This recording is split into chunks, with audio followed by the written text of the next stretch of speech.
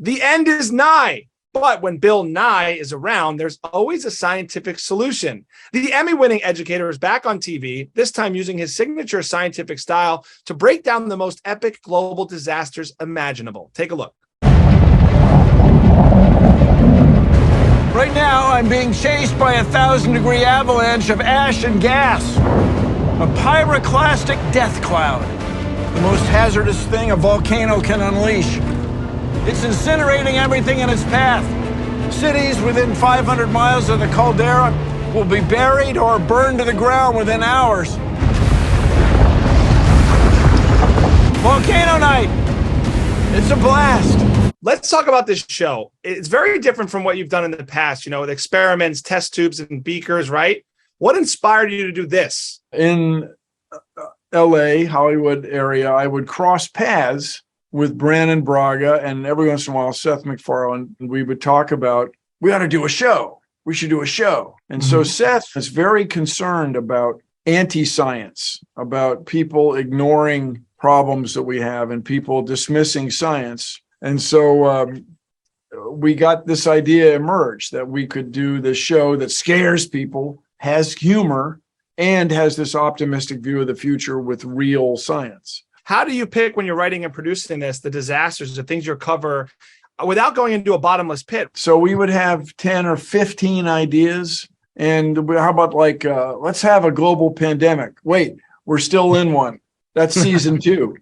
And so the idea of big storms, many people remember Katrina, a hurricane, category 5. Well, it turns out there are category 6 hurricanes that occur on the open ocean. But what if one came ashore? What if more than one came ashore at the same time? Is that mathematically possible?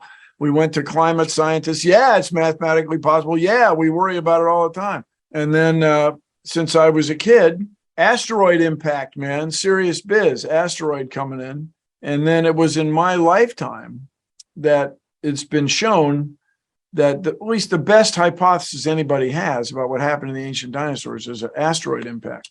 And that was when I was a grown-up out paying taxes. And so we have an episode with a comet impact. I mean, the difference between the nucleus of a comet and an asteroid is just sort of water ice. A comet has more water ice in it, but it would be bad either way.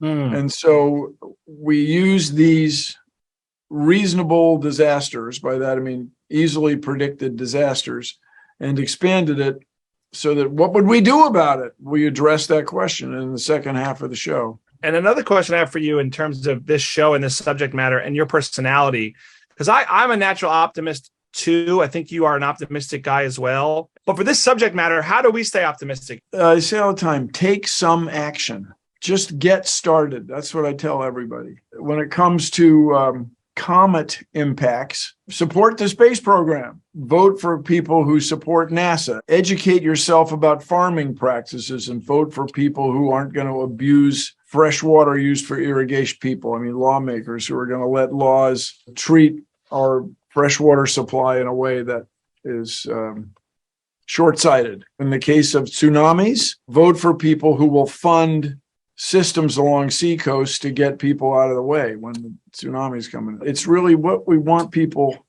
is to embrace this process of science so that everybody can evaluate evidence. You can catch The End is Nigh streaming now on Peacock.